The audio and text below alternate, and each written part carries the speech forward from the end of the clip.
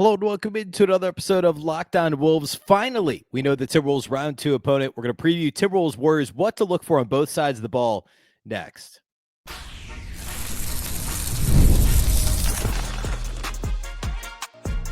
You are Locked On Timberwolves, your daily Minnesota Timberwolves podcast, part of the Locked On Podcast Network, your team every day. Hello and welcome to the Locked On Wolves podcast, part of the Locked On Podcast Network, your team every day. My name is Ben Beecken. I am the host of Locked On Wolves. Today's episode is brought to you by Monarch Money. Take control of your finances with Monarch Money. Use the code LOCKEDONNBA at monarchmoney.com for 50% off your first year. Happy Monday, everybody. Hope you had a fantastic weekend. We are just, I don't know, depending on when you're listening to this, 36, 24, whatever hours away from Wolves Warriors. The Timberwolves finally know their round 2 opponent after the Warriors defeated the Rockets in Game 7 of their first round series on Sunday. So today is the first crack at previewing this matchup. Not a whole lot to glean, spoiler alert, from the regular season matchups, given how different, especially the Warriors roster looks, but how long ago those matchups took place. We'll talk about that. But really what to look for on both sides of the ball we're going to cover today. Hoping to do a crossover with Locked On Warriors on Tuesday, TBD on exactly what that looks like as we move toward Game 1 Tuesday night, a rapid turnaround for the Warriors, but a lot to break down today. And there's some pretty interesting stuff going on both sides of the ball. And really, it's been a tale of two seasons for Golden State, pre-Jimmy Butler trade and post-Jimmy Butler trade. So we'll talk about all that today. A big thank you off the top for making Locked On Wolves your first listen every single day. Of course, this show is free and available everywhere.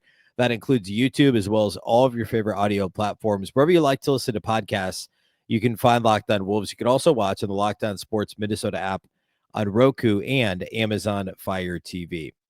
All right. So the Timberwolves are hosting the Golden State Warriors. We have not seen the Golden State Warriors since January 15th to be exact. In fact, it was really weird. All four Wolves-Warriors matchups in the regular season came within like a 6-week span from the second week of December, really like a 5-week span. December 6th to January 15th were all four matchups between the Wolves and Warriors. And, of course, one of them came right after the Dennis Schroeder trade. Then Schroeder ends up getting traded at the deadline in a different trade, right? Kyle Anderson gets shipped out. Among other things, obviously the headline is Jimmy Butler comes to Golden State, and the Warriors are a completely different and better team post-Jimmy Butler trade. However, the Wolves were only 1-3 against Golden State before the Jimmy Butler trade and have not played the Warriors since Butler ended up in the Bay Area. So there's not a whole lot we could take from those four matchups between these two teams. The first one, all the way back in early December, is the only one the Wolves won. They won by 17. And the Warriors were healthy. At the time, Draymond Green was coming off the bench. And Kevon Looney was in the starting lineup. Jonathan Kuminga was in the starting lineup. A lot has changed since then, of course. For the Wolves, it was still their same top 8 guys, the exact same top 8 guys. And, of course, other than that stretch from January to, I don't know, I guess really January, February, March, they had some injuries to Gobert and Randle and DiVincenzo. They've been relatively healthy this season, so they've had their same top 8 guys, didn't make any moves during the season. And Naz had 9 and 10 off the bench against Golden State in that game. Ant had 30 and 9 assists in that game. And Rudy Gobert had 17 and 11 against his nemesis, Draymond Green. Of course, there's so many storylines to get into. There's, of course, the Gobert-Draymond beef that really came to a head 2 seasons ago and then escalated, I would say, off the court from Draymond's end, at least, because he can't help himself. When for some reason he was on TNT for a long time or frequently last year in the postseason, Timberwolves players, remember, actually stopped giving interviews with TNT after games because they were fed up with the way TNT was handling Draymond Green and Rudy Gobert, or the way that Draymond was talking about Rudy. And, of course, Shaq, and to a lesser extent, Charles Barkley and Kenny, feed into this. It's mostly Shaq and Draymond, and it's absurd. And credit to the Timberwolves for defending Rudy Gobert. We all know Anthony Edwards will defend Rudy. So all that to say, that's a fascinating storyline. Of course, Jimmy Butler's return to the Target Center. We'll talk more about that here in a minute. Actually, very briefly, in just a moment, we'll talk about that. That was the only Wolves win in the series. The other 3 games, there were 2 of them that Draymond missed. The Wolves were healthy, I think, for all of them for the most part. But the Warriors just had this rotating cast of characters, and Steph did play in all of them. Nobody else on the Warriors was really like, had phenomenal performances against Minnesota. Kuminga did have a 20-7 game, and that first win that the Warriors got against the Wolves, that was also back in early December. But Steph did Steph things. He had 30 in one game, he had 31 in another, and I think that was a double-double for him. Ant had a couple of relatively inefficient shooting nights against Golden State. Like, it was nothing crazy. The last one I think was the weirdest one. That was a 1-point Golden State win when Steph hits that, I think it was a left corner three back at Target Center. Let's see, in that game, Steph had 31 again. So he actually had 30, 31, and 31 in the last three matchups between the Wolves and Warriors. DiVincenzo had 28, 9, and 6 against his former team in a starting role. This was right before he got hurt. Actually, I think he got hurt late in this game against Golden State with that sprained toe.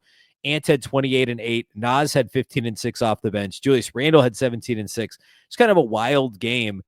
Minnesota was missing. Who were they missing in this game? Oh, no, I guess they had their kind of full complement of guys. This was just kind of a weird one. And, again, this was January 15th. Like, that was legit 4 months ago. We're nearly 4 months ago and a month before the Jimmy Butler trade even happened. So we can't glean too much from that. With that in mind, I went ahead and I pulled numbers for this matchup from pre-trade and post-trade. Some things haven't changed a whole lot, so I'll point out the things that did change in terms of Warriors' strengths and weaknesses prior to and then now after the trade deadline. One quick Jimmy Butler note before we get into some of that stuff. Jimmy Butler has only managed to find himself playing at Target Center 3 times since the Wolves traded him away in fall of 2018 when they traded him away. I believe that's when it was. Let's see. Fall of 2018 was when the Wolves traded Jimmy to the Philadelphia 76ers. And he's only found himself playing 3 times in the ensuing 7 years. Injuries. I think there was a personal reasons mixed in. Of course, Wolves fans remember him as General Soreness. There's that. The fantastic Timberwolves radio voice, Alan Horton, posted after the Warriors win on Sunday. He posted, this is on X, assuming he plays Tuesday, it's been 1,259 days since Jimmy Butler last played a game at Target Center. I went ahead and pulled up those games. This is on StatMuse. So I pulling this from StatMuse, it appears to be correct to me that usually their stuff's really good over there. Since then, Jimmy has played in Minnesota 3 times.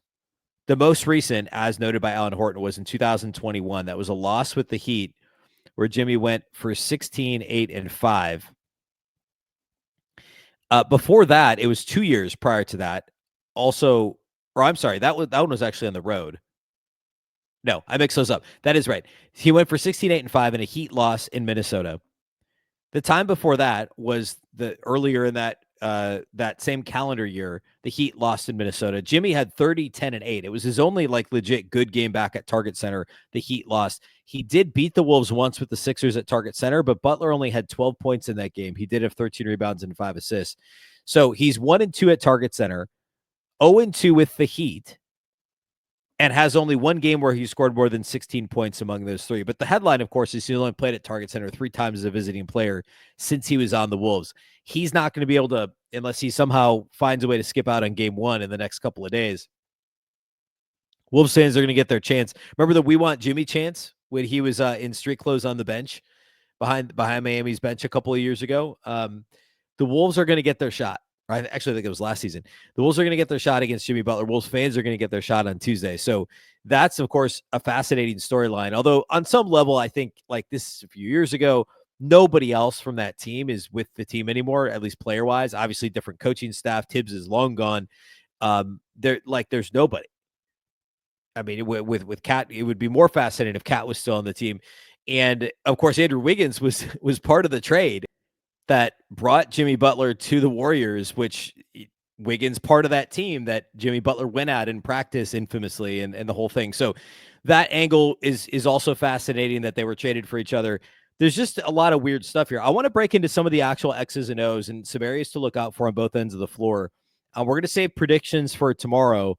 But I don't mind this matchup as much for Minnesota. There were reasons why I preferred the Rockets and reasons why the Warriors are a little bit more intriguing to me. And so we'll get into some of those, talk about pros and cons, strengths and weaknesses on both sides of the floor.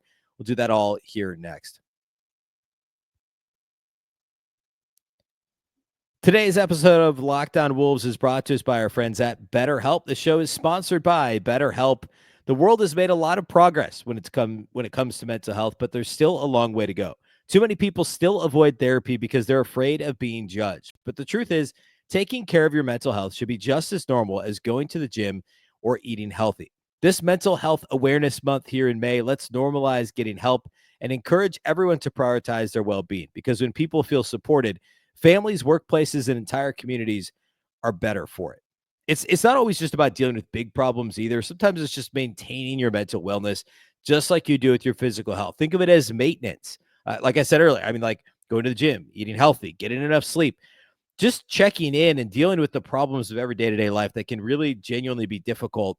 And this is a great month to do it with BetterHelp. Getting started is easier than ever. It's fully online, has a network of over 30,000 licensed therapists. You can switch therapists at any time at no extra cost. You can even easily switch therapists at any time, again, with no extra cost. We're all better with help. Visit betterhelp.com/lockdownnba to get 10% off your first month. Again, betterhelp.com/lockdownnba to get 10% off your first month.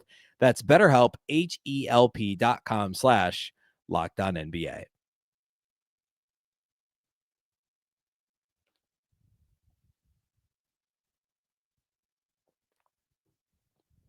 All right, let's talk about what to watch for in this series. And there's a lot of pretty interesting threads here beyond the storylines that I've already mentioned related to Jimmy and yeah, of course there's the step. Well, anyway, let's talk about X's and O's. This is more what I enjoy doing anyway. Is getting into this a little bit. So I think first of all we should talk about the rest advantage that Minnesota has, and this is something that I'm curious to get a take from Locked On Warriors on as well. But our guy Jack Borman posted this on X following the Warriors Game 7 win on Sunday. He said, "Come the end of Game 4 in the Wolves Warriors series, the Warriors will have played 9 playoff games in a 16-day span with no more than 1 day off in between each game. The Wolves will have played just 7 in the same span that the Warriors have played 9, with 5 days of rest between their 5th and 6th game." So a big rest advantage, and the biggest one is here, of course, for Game 1. The Wolves have had 5 days of rest. Golden State's going to get less than 48 hours of rest, which is the basically the least possible amount of time you can get rest-wise in the NBA playoffs. I mean, it is, because they wouldn't allow that short of a period of time within a series. And it's tough what they did to Golden State, and if Houston had won the same deal. Although I guess with Houston, they would have gotten to stay in Houston. But Golden State had to travel there, as I record this, surely on their flight to Minneapolis. They only get Monday, and then they have an 8:30 Central tip on Tuesday night. So the rest advantage goes to Minnesota. And of course, there's always concern about rust, et cetera. But I think in the NBA, it's not quite the same as, say, like baseball, when there's all those debates about off days going into the playoffs and all that stuff. Just the more rest, the better. And if you get off to a little bit of a clanky shooting start, just outwork them, outrun them. There's a lot of, and we'll talk about transition opportunities as well. That was a huge part of that Lakers series, but certainly an advantage for Minnesota there. I think the most interesting thing about this whole series is Golden State's defensive strategy and their defensive profile overall. So in the regular season, Golden State was a really good defensive team. They were 7th in the NBA in the regular season overall. So this is the entire 82-game regular season. They were 7th in defensive rating at cleaning the glass. The Wolves were 6th. So just 0.3 points per 100 possessions behind Minnesota, 1 ranking behind Minnesota. But after the Jimmy Butler trade, so since February 8th, the first game that Butler played in a Warriors uniform, Golden State has been the best defense in the NBA, according to Cleaning the Glass. 109.9 points per 100 possessions. First in the NBA. They've been number 1 at forcing turnovers. We're going to get back to that. So hold that thought. They forced turnovers on 17.8% of opponent possessions, according to Cleaning the Glass. First in the NBA since the Butler trade. For the season, they're 4th in the league. Still obviously very good and rank better than what the Wolves defense does there. So they've been a very good defense all year. They've been the best defense in the NBA post Jimmy Butler trade.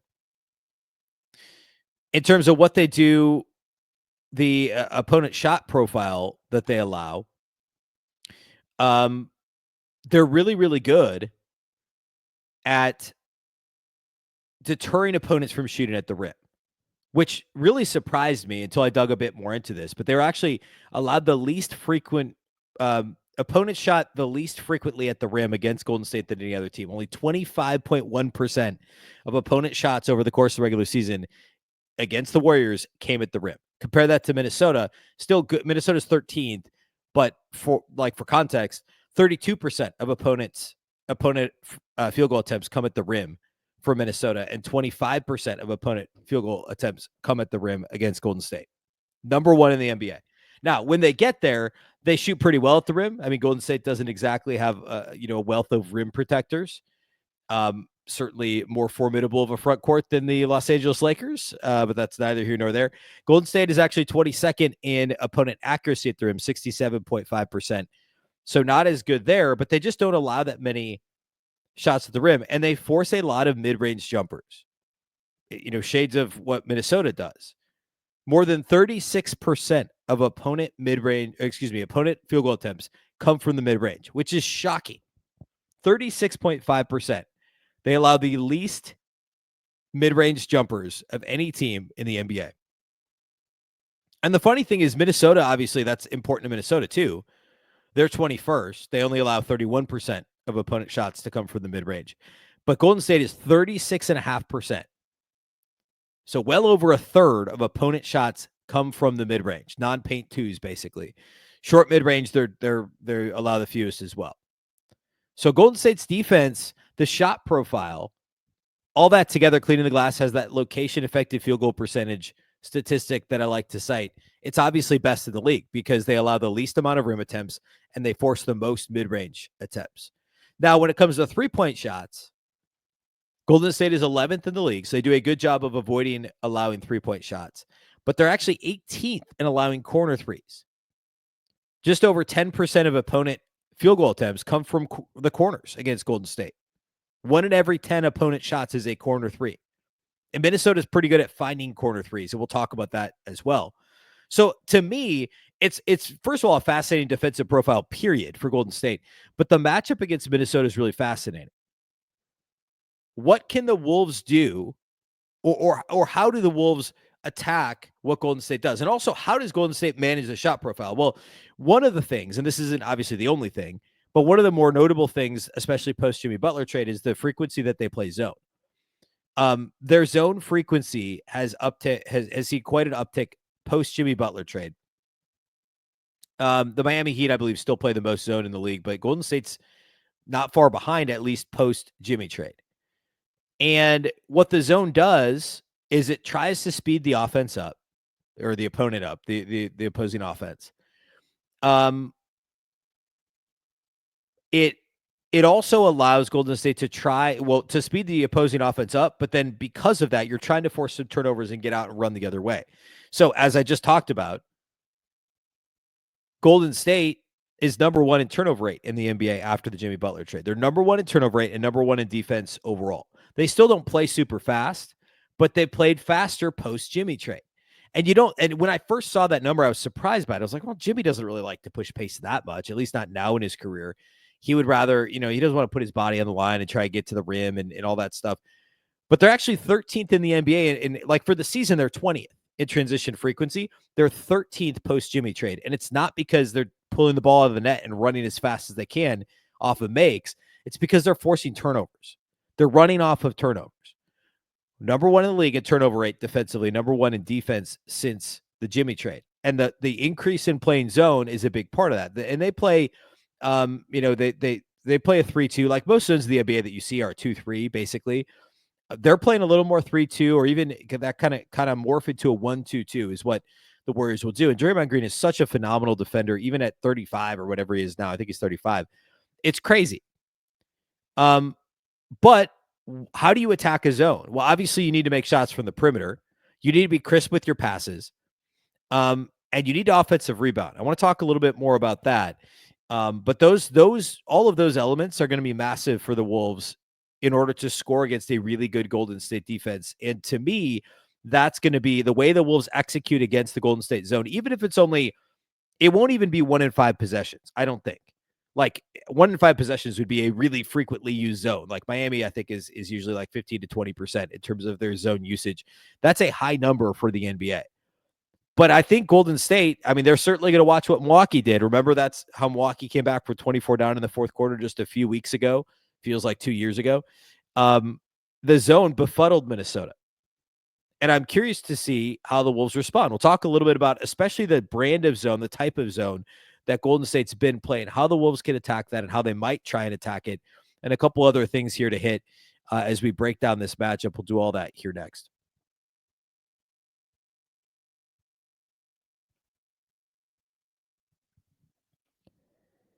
Today's episode of Locked On Wolves is brought to us by our title sponsors over at Monarch Money. Ever check your bank account and wonder, where did all my money go?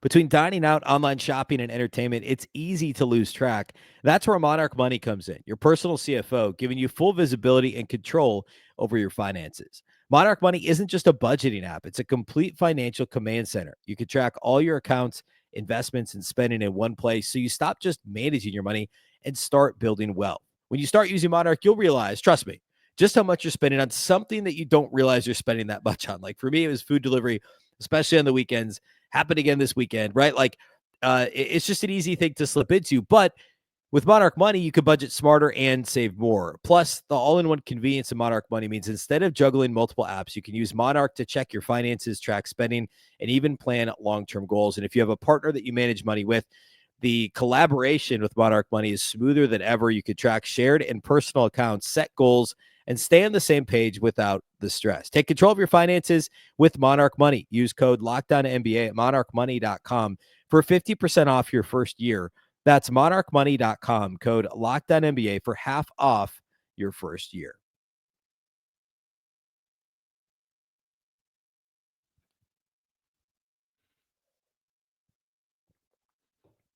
All right, couple more things to hit today. We've got tomorrow to break down this series too. Tomorrow night is game one, in case you missed that. And so we've got today and tomorrow. I have a couple more things I want to hit. We talked a little already about the Warriors zone defense. So how do the Wolves need to attack a 3-2 or 1-3-1 zone? Or excuse me, a 1-2. Well, actually, they have done a little 1-3-1. And obviously the 3-2 can morph into a 1-2-2 or a 1-3-1 zone. The 1-3-1 to me is actually pretty fascinating. And if Golden State ends up there or even in a 1-2-2, what's going to be available? Well, guess what? Corner threes. I talked already about how Golden State's been 18th in the NBA at for the season at allowing the frequency of allowing corner threes. And I should also mention accuracy-wise, they're 28th. Teams are shooting over 41% from the corners against them this season. It's actually improved a little post-Butler trade, and I think they've been doing a little bit more kind of 3-2, 1-2-2 versus 1-3-1. The 1-3-1, of course, is going to leave your corners potentially a little more vulnerable, but it allows you to speed the offense up, and kind of trap on the sides of the floor if you need to, or if you want to, depending on the personnel that the opposing offense has. But the Wolves need to knock down corner threes. And of course, the 7 for 47, the sub 15% was an abomination in game 5 against the Lakers. That was an outlier poor shooting percentage or performance. That's not going to happen again. They also had an outlier fantastic shooting performance in game 1. Well, guess what? They won both of those games against LA. They can win in other ways. But to beat this zone, hitting those corner threes when the opportunity presents itself, and maybe Golden State's judicious with the zone to the point, and they always are, but maybe it's specific to like, hey, who are Minnesota's best? I don't know that they'll get this granular, but like Nickeil Alexander-Walker, Mike Conley, these dudes are like basically 50% corner three-point shooters. Maybe it's like, hey, if these guys are both on the floor, we're going to be a little bit more careful about allowing, about playing this zone that's going to push these guys to the corners. Mike Conley was 49% on corner threes this year. Nickeil was 47%. Nobody else in the Wolves rotation was north of 42%. So maybe they factor that in and they say, all right, well, Nickeil and Mike are both on the floor. We're going to do less of the zone. The other thing, of course, that zones are vulnerable to, besides perimeter shooting, is offensive rebounding, which, as we all know, is something the Wolves have been phenomenal at since basically Jan 1. That's been a key part of Minnesota's offense. For the season, they finished 14th in the NBA in offensive rebounding, but Wolves fans know they've done a lot more of it in January, February, March, April, and now into May. It's been a key part of their offense. We saw them crush the Lakers on the glass. And Golden State, well, they're not a bad defensive rebounding team. They actually finished higher than the Wolves in terms of their defensive rebound percentage. There have been, like, actually, you could look at the Rocket series. I mean, there were games, even the last game in the Rocket series. Golden State, that was one of the reasons Houston stayed in the game. They shot the ball terribly. And one of the reasons they stuck around is second chance opportunities. Like that's a real thing that, even though, again, the stats for the season say one thing, I think there's opportunities there, like especially when Golden State's in a zone, for Minnesota to get some second chance opportunities. I mean, look at some of the bigs that Golden State's playing. Like, I mean, Kevon Looney is coming off the bench and not playing heavy minutes. Like the way that the Warriors starting lineup looks now, it's again, not Lakers level of front court. Let me be clear. But, like, I mean, Draymond's playing center, right? Like they're playing, like, Jimmy Butler is effectively playing the 4 for this team. There's a size advantage. Jonathan Kuminga played 7 minutes in game 7 against the Rockets. Kevon Looney played 11 minutes off the bench. Quentin Post played 3 minutes. Like, the Warriors have a lot of big bodies, in some ways similar to the Lakers. There's a little bit more, I think, overall athleticism there and some more activity level and stuff on the glass that they can give you. But, like, they're not offensive rebounding themselves. They gave up 14 offensive rebounds to Houston in game 7 of that first round series. So offensive rebounding is something the Wolves did great against the Lakers. They were awesome at it the last 3+ months of the regular season. That's going to be key. 3-point shooting, specifically quarter 3-point shooting, where Houston was Golden State was a bottom 3 team in terms of opponent corner 3-point shooting accuracy, and they were 18th in the league in frequency. And then offensive rebounding against the zone is going to be massive as well.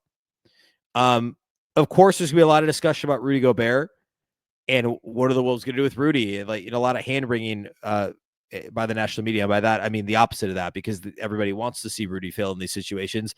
And very lazy analysis on TNT, which, it's entertaining. I get it. But first thing Barkley mentions is when they start talking Wolves Warriors is, they're going to get Rudy in pick and roll. That's not going to be good for Minnesota if they leave him on the floor. And then Shaq, by the way, like, I'm not spending a lot of time on the Warriors on offense on today's show, but Shaq picked the Warriors in the series because he didn't know who was going to be able to chase Steph. He mentioned DiVincenzo, and the way Shaq said it is there's Dante DiVincenzo and one other kid that can chase Steph, but they don't have anybody. And the Wolves are more equipped than any team in the NBA to guard on the perimeter. They've got like 5+ perimeter defenders. Jaden's actually done a good job. I know Steph's had great games against the Wolves this year, but at least making him into a more of a high volume, like, make his life more difficult with that length. And Nikhil, like, between Jaden, Nikhil, Dante DiVincenzo, there's multiple guys that the Wolves could throw at Steph. I was just floored by that. To be fair, Barkley picked Minnesota. I think Kenny picked the Warriors and Shaq picked the Warriors.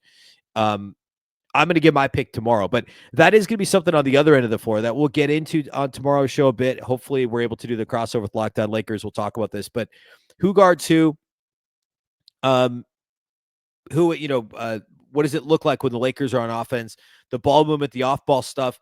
That, to me, that worries me a little, because Minnesota struggles sometimes to stay engaged off the ball. Now, if you're ever going to be engaged, round 2 of the playoffs is the time to be engaged. But, Julius Randle can get caught ball watching. We know Ant can get caught ball watching.